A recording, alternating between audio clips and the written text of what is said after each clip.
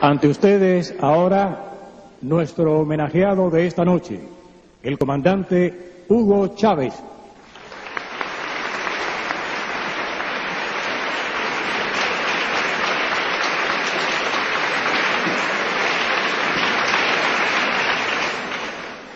Señor comandante en jefe de la Revolución Cubana y presidente de la República de Cuba, señor rector de esta insigne Casa de Estudios, señor presidente de la Federación de Estudiantes Universitarios, señor presidente de la Casa Simón Bolívar, queridos compatriotas, profesores universitarios, estudiantes de Cuba, de esta tierra de Martí, de esta tierra de Bolívar, compañeros de armas, reciban en primer lugar un caluroso y sentido abrazo bolivariano que viene de esa tierra venezolana de la cual nos sentimos tan llenos y de la cual, o en la cual, tenemos comprometida nuestra vida entera. Anoche, en este viaje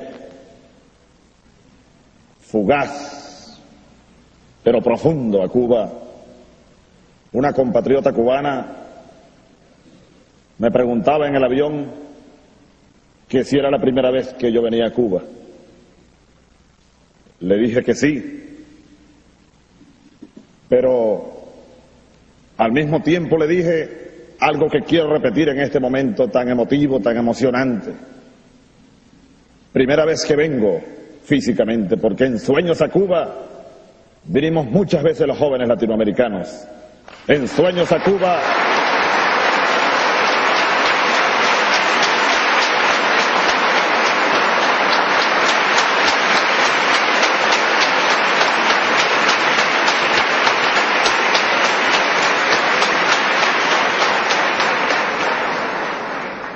En Sueños a Cuba vinimos infinidad de veces los soldados bolivarianos del ejército venezolano que desde hace años decidimos entregarle la vida a un proyecto revolucionario, a un proyecto transformador. Así que, de verdad, agradezco este nuevo honor que me hace el presidente Fidel Castro, que me hacen todos ustedes, y como le decía anoche, cuando recibí la inmensa y agradable sorpresa de ser esperado en el Aeropuerto Internacional José Martí por él mismo en persona, le dije, yo no merezco este honor, aspiro merecerlo algún día en los meses y en los años por venir.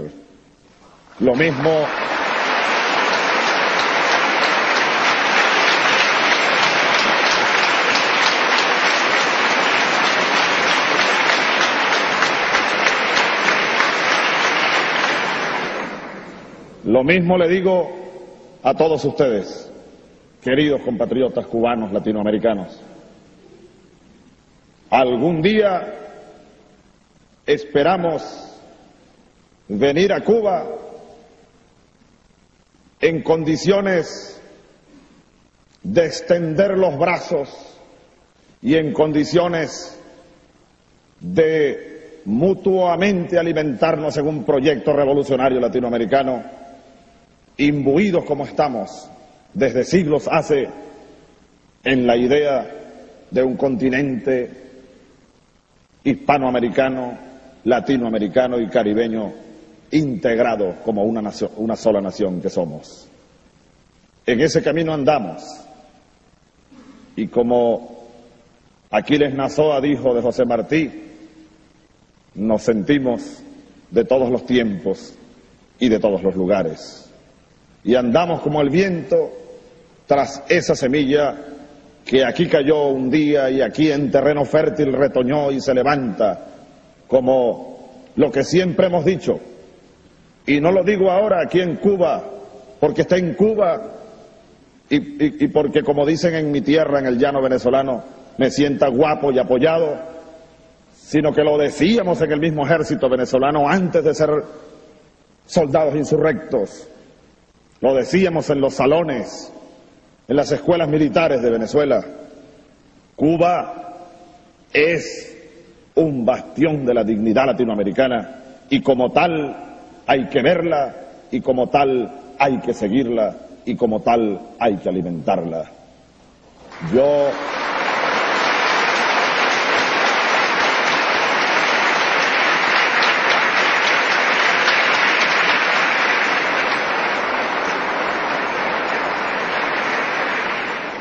Hay, por supuesto, en este momento un huracán de emociones, de ideas, de pasiones y de sentimientos cruzando mi mente y anidándose en el alma de soldado, de revolucionario, de latinoamericano.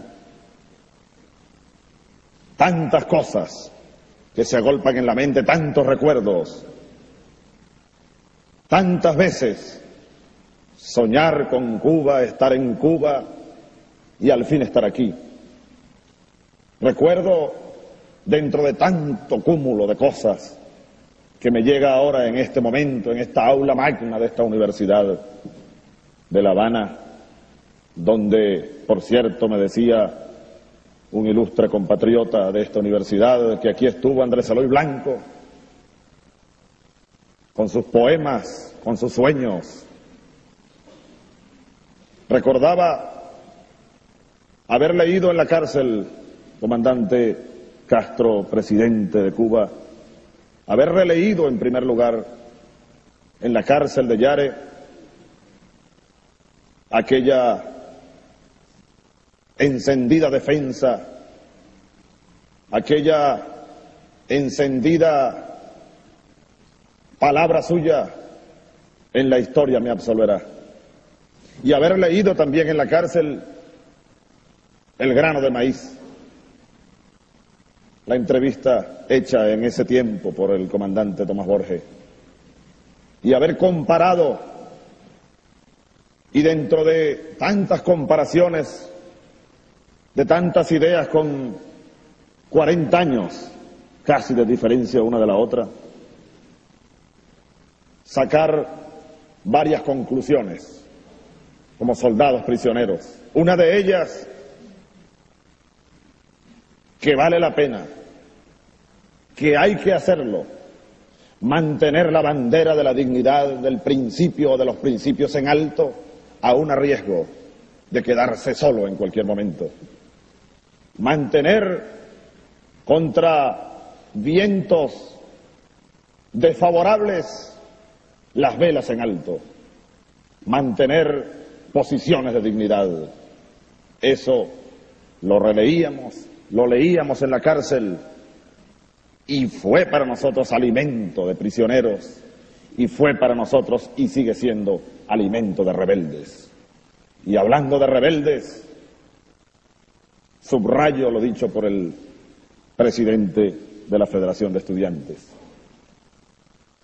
y lo dicho por el comandante en jefe Fidel Castro acerca de la cumbre de Miami. Esa cumbre no se hizo para rebeldes, por lo tanto no estuvieron allí los cubanos. Nosotros tampoco podemos entrar a territorio norteamericano.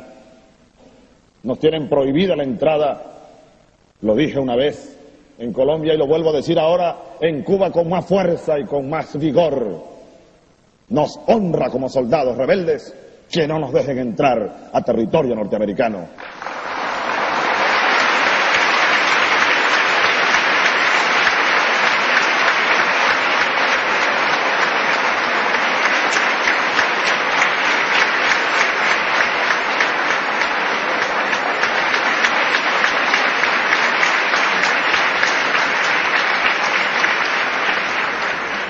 Ahora, sin duda que están ocurriendo cosas interesantes en la América Latina y en el Caribe. Sin duda que ese insigne poeta y escritor nuestro, de esta América nuestra, don Pablo Neruda, tiene profunda razón cuando escribió que Bolívar despierta cada 100 años, cuando despierta el pueblo. Sin duda que estamos en una era de despertares, de resurrecciones, de pueblos, de fuerzas y de esperanzas. Sin duda, presidente, que esa ola que usted anuncia, o que anunció y sigue anunciando en esa entrevista a la que me he referido, el grano de maíz, se siente y se palpa por toda la América Latina. Que estamos en era bicentenaria. Nosotros tuvimos la osadía de fundar un movimiento dentro de las filas del Ejército Nacional de Venezuela, hastiados de tanta corrupción, y nos juramos dedicarle la vida a la construcción de un movimiento revolucionario y a la lucha revolucionaria en Venezuela, y ahora en el ámbito latinoamericano. Eso comenzamos a hacerlo el año bicentenario del nacimiento de Bolívar. Pero veamos que este próximo año es el centenario de la muerte de José Martí. Veamos que este año que viene es el bicentenario del nacimiento del mariscal Antonio José de Sucre. Veamos que este año que viene es el bicentenario de la rebelión y muerte del sambo José Leonardo Chirinos en las costas de Coro, en Venezuela. Tierra, por cierto, de los ascendientes del prócer Antonio Maceo. Veamos entonces que como que el tiempo nos llama y nos impulsa. Es sin duda tiempo de recorrer de nuevo caminos de esperanza y de lucha. En eso andamos nosotros.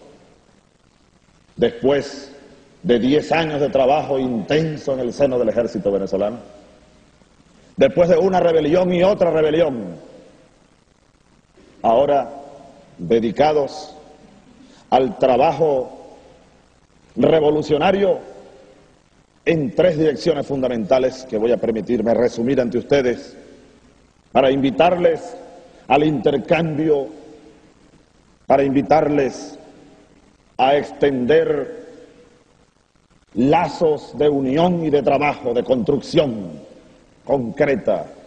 En primer lugar, estamos empeñados en levantar una bandera ideológica pertinente y propicia a nuestra tierra venezolana, a nuestra tierra latinoamericana, y es la bandera bolivariana.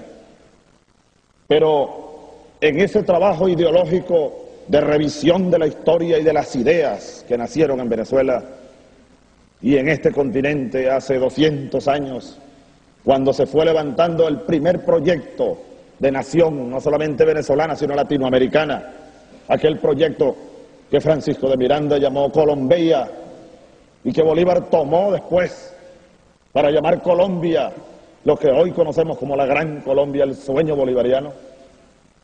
En ese sumergirnos en la historia, buscando nuestras raíces, hemos diseñado y hemos lanzado a la opinión pública nacional e internacional la idea de la inspiración en un árbol de las 3 raíces, llamamos nosotros.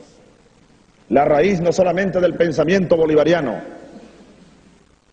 aquel Simón Bolívar que llamaba, por ejemplo, a esa unidad latinoamericana para poder oponer una nación desarrollada como contrapeso a la pretensión del norte que ya se perfilaba con sus garras sobre nuestra tierra latinoamericana.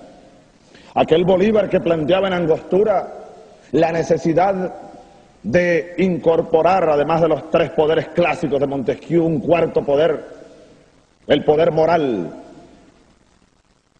Aquel Bolívar o aquellas ideas de Bolívar que planteaba en la Constitución de Bolivia la necesidad de un 5º poder, el poder electoral. Aquel Bolívar que desde su tumba casi ya en Santa Marta, dijo: los militares deben empuñar su espada para defender las garantías sociales. Aquel Bolívar que dijo que el mejor sistema de gobierno es el que le proporciona mayor suma de felicidad a su pueblo, mayor suma de estabilidad política y seguridad social. Esa raíz profunda, esa raíz bolivariana, nosotros la hemos unido porque creemos, y no es que nosotros la hayamos unido, es que está unida por el tiempo, por la historia misma, a la raíz robinsoniana, tomando como inspiración el nombre de Samuel Robinson o Simón Rodríguez, a quien conocemos muy poco los latinoamericanos, porque nos dijeron desde pequeños el maestro de Bolívar, y allí se quedó como estigmatizado por la historia. El loco estrafalario que murió anciano, deambulando como el viento por los pueblos de la América Latina. Simón Rodríguez, quien inyectó gran parte de las ideas revolucionarias a Simón Bolívar.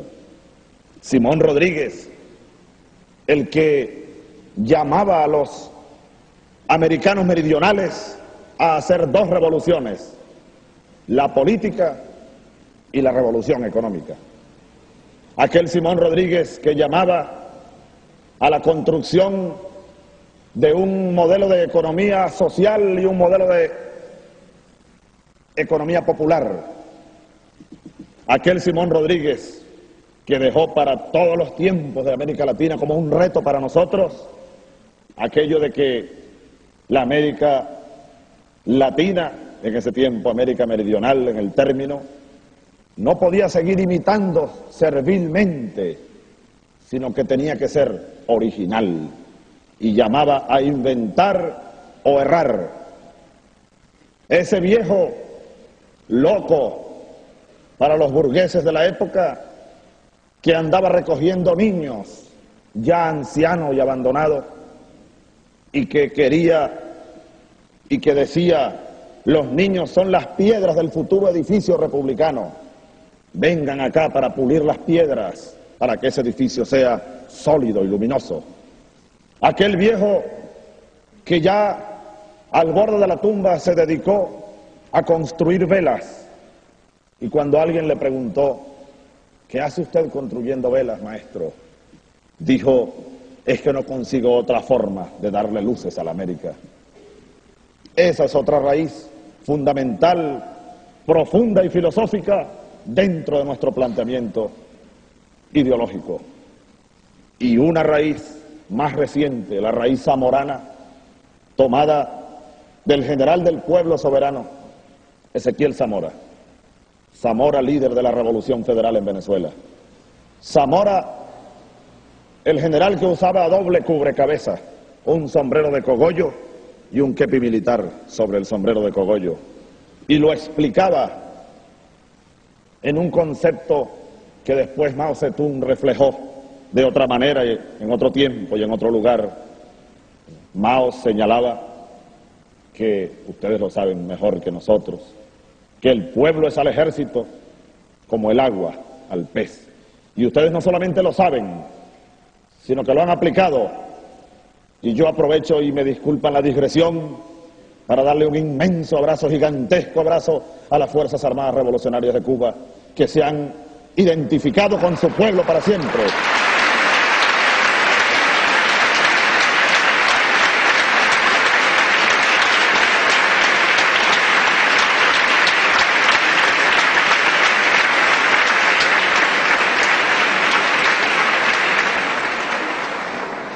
En muy pocas horas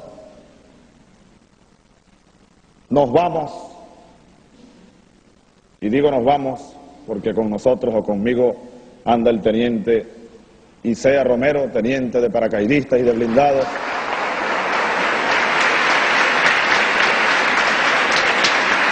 del ejército venezolano, rebelde y exprisionero político. Nos vamos, queridos compañeros de armas de Cuba,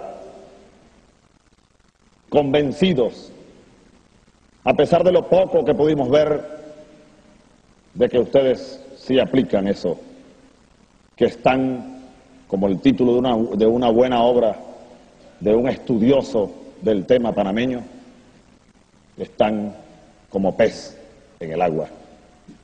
Nosotros como militares andamos tras esa búsqueda y hoy nos vamos más afianzados en la convicción y la necesidad de que el ejército de Venezuela tiene que ser de nuevo lo que fue, un ejército del pueblo, un ejército para defender eso que Bolívar llamó las garantías sociales.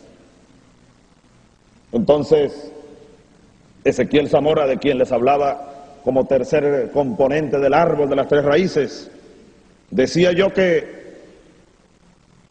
se adelantó quizás en la concepción que después reflejó Mao. Zamora explicaba que el sombrero de cogollo representaba al pueblo de Venezuela y el kepi militar al ejército, que debería estar unido a ese pueblo para poder lograr la revolución federal que estaba en boga en Venezuela. Ezequiel Zamora tomó el proyecto bolivariano, lamentablemente murió comenzando la guerra federal y con él enterraron el sueño de los campesinos pobres de Venezuela, que fueron también traicionados después de la guerra de independencia. Esa vertiente de trabajo nuestra, por supuesto y por cierto, que tiene su complemento en toda la América Latina. Nosotros, seguramente por venezolanos, tomamos como raíces a tres venezolanos para nuestro proyecto ideológico, empeñados en resistirnos a esa tesis que viene del norte. Alguien me decía hace poco que todo lo malo nos viene del norte. Esa tesis del fin de la historia, del último hombre, de la era tecnotrónica, que las ideologías ya no sirven, que están de modé. No, nos resistimos, no lo aceptamos. Y hemos tomado esas tres figuras simbólicas. Pero me decía un oficial panameño que todavía hace 4 meses andaba escondido. Me decía ese capitán panameño, a quien yo le preguntaba en la Universidad de Panamá, por cierto, una noche, que por qué andaba escondido, y me dice: yo ando escondido, comandante, porque yo ahorqué a un gringo y tengo auto de detención por asesinato. Ahora, ¿dónde están los autos de detención por los miles de muertos que hubo en la invasión a Panamá? Ese oficial panameño me decía: comandante, usted tiene allá su Dios, que es Bolívar. Nosotros tenemos nuestro santico, que es Omar Torrijos. De forma tal que hay en toda la América Martí, más reciente Omar Torrijos, más reciente Juan Velasco Alvarado, como símbolo de soldados del pueblo también en el Perú, y la experiencia inmensa del Plan Inca.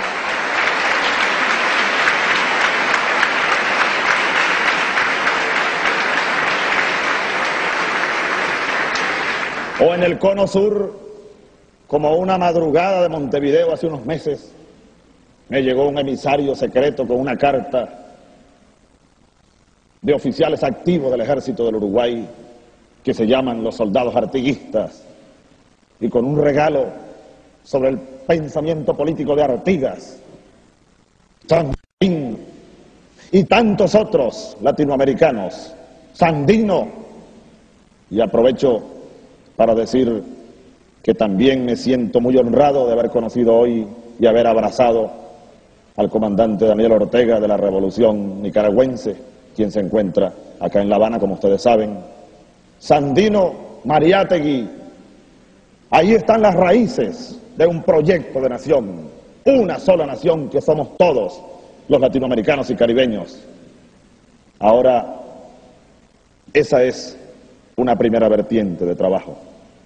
Bien adecuado, mi comandante, el próximo año del centenario de la muerte de José Martí, para estrechar ese trabajo ideológico, ese binomio de Bolívar y Martí, como forma de levantar la emoción y el orgullo de los latinoamericanos. La otra vertiente de nuestro trabajo para la cual también necesitamos estrechar nexos con los pueblos de nuestra América, es el trabajo organizativo. Y desde la cárcel o en la cárcel recibíamos muchos documentos de cómo el pueblo cubano se fue organizando después del triunfo de la revolución. Y estamos empeñados en organizar en Venezuela un inmenso movimiento social, el movimiento bolivariano revolucionario 200 y más allá. Estamos convocando para este próximo año a la creación del Frente Nacional Bolivariano. Y estamos llamando a los estudiantes, a los campesinos, a los aborígenes, a los militares que están en situación de retiro, porque lamentablemente los militares en los cuarteles en Venezuela siguen amordazados. El sistema político o los políticos venezolanos pretenden tener para siempre militares que sean mudos, sordos y ciegos ante la tragedia nacional. A los militares que estamos en la calle, a los intelectuales, a los obreros, a los pescadores, a los soñadores, a todos, a conformar ese frente, un gran frente social que enfrente el reto de la transformación de Venezuela. En Venezuela nadie sabe lo que puede ocurrir en cualquier momento. Nosotros, por ejemplo, que estamos entrando en un año electoral, 1995, dentro de un año, en diciembre, habrá en Venezuela otro proceso electoral, ilegal e ilegítimo, signado por una abstención, ustedes no lo van a creer, del 90% en promedio. Es decir, el 90% de los venezolanos no va a las urnas electorales, no cree en mensajes de políticos, no cree en casi ningún partido político. Este año nosotros aspiramos, con el movimiento bolivariano, con el Frente Nacional Bolivariano, polarizar a Venezuela. Los que van al proceso electoral, donde hay gente honesta también, que respetamos pero no creemos, es en el proceso electoral.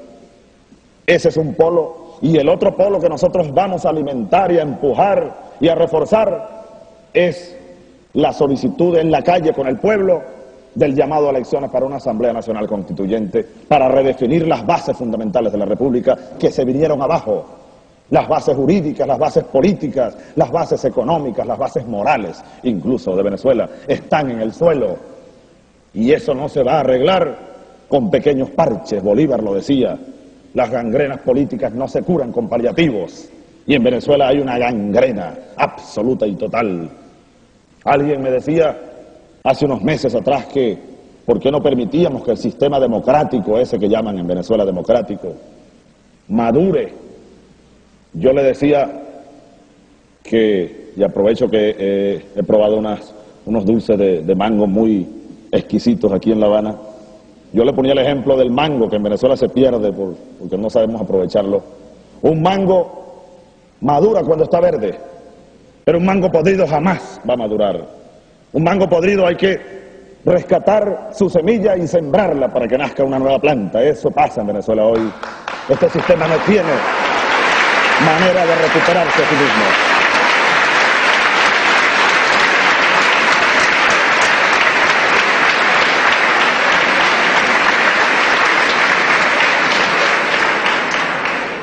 Y nosotros, y lo que voy a decir, voy a utilizar de nuevo la expresión de la gente de mi pueblo, del llano venezolano. No lo voy a decir porque estoy aquí guapo y apoyado. Lo he dicho en Venezuela, lo he dicho en el Ateneo de Caracas, que ustedes conocen muy bien. Lo he dicho a la prensa, a la televisión, a los pocos programas en los cuales nos dan cabida. Lo dije frente al Palacio de Gobierno en una ocasión después que salí de la cárcel. Nosotros no desechamos la vía de las armas en Venezuela.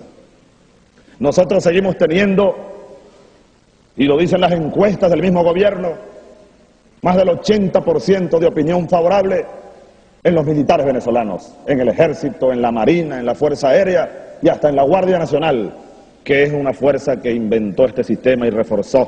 Es como la guardia pretoriana del régimen. Pero ahí también hay gente buena. En la policía uniformada, en la misma dirección de política interna, en la policía política. Tenemos una fuerza allí y la alimentamos y la atendemos. Y aunque los muchachos, por supuesto, andan perseguidos por todos lados, y hoy en día nombrar a Bolívar, que un oficial venezolano nombre a Bolívar en un cuartel, en un discurso, es considerado un oficial sospechoso. A pesar de todo eso, ahí tenemos una fuerza. Y a pesar, y además de todo eso, tenemos un altísimo porcentaje de los venezolanos, especialmente ese 60%, queridos amigos, de venezolanos, tampoco lo van a creer ustedes, en pobreza crítica. Increíble, pero es cierto. En Venezuela se esfumaron 200.000 millones de dólares en 20 años. ¿Y dónde están?, me preguntaba el presidente Castro. En las cuentas, en el exterior, de casi todos los que han pasado por el poder en Venezuela. Civiles y militares, que se enriquecieron al amparo del poder. En esa inmensa mayoría de venezolanos, nosotros tenemos un tremendo impacto positivo. Y al tener esas dos fuerzas, ustedes comprenderán que estamos dispuestos a dar el todo por el cambio necesario en Venezuela. Por eso decimos que no desechamos la vía de utilizar las armas del pueblo que están en los cuarteles para buscar el camino. Si este sistema político decide, como parece haber decidido, atornillarse de nuevo y buscar recursos para manipular y engañar, nosotros estamos pidiendo constituyente, y el año que viene, ya les dije, vamos a empujar esta salida como recurso estratégico de corto plazo. Y la tercera vertiente en la que estamos trabajando para ir concluyendo estas palabras, este saludo, esta pasión que me mueve en esta noche, es un proyecto estratégico de largo plazo, en el cual los cubanos tienen y tendrían mucho que aportar, mucho que discutir con nosotros. Es un proyecto de un horizonte de 20 a 40 años, un modelo económico soberano. No queremos seguir siendo una economía colonial. Un modelo económico complementario. Venezuela tiene inmensos recursos energéticos, por ejemplo. Ningún país del Caribe o latinoamericano debería importarle combustible a Europa. ¿Por qué? Si Latinoamérica tiene entre ellos a Venezuela, con inmensos recursos energéticos. ¿Por qué Venezuela va a seguir exportándole a los países desarrollados 2,5 millones de barriles de petróleo crudo al día? Igual que hace 500 años se llevaban la materia prima, hoy se la siguen llevando de la misma forma. Un proyecto que nosotros hemos lanzado ya al mundo venezolano con el nombre de Proyecto Nacional Simón Bolívar, pero con los brazos extendidos al continente latinoamericano y caribeño. Y al respecto hemos entrado ya en contacto con algunos centros de estudios de Panamá, de Colombia, de Ecuador, de Uruguay, de Argentina, de Chile, de Cuba. Un proyecto en el cual no es aventurado pensar desde el punto de vista político en una asociación de estados latinoamericanos. ¿Por qué no pensar en eso? Que fue el sueño original de nuestros libertadores. ¿Por qué seguir fragmentados? Hasta allí, en el área política, llega la pretensión de ese proyecto que no es nuestro ni es original. Tiene 200 años al menos.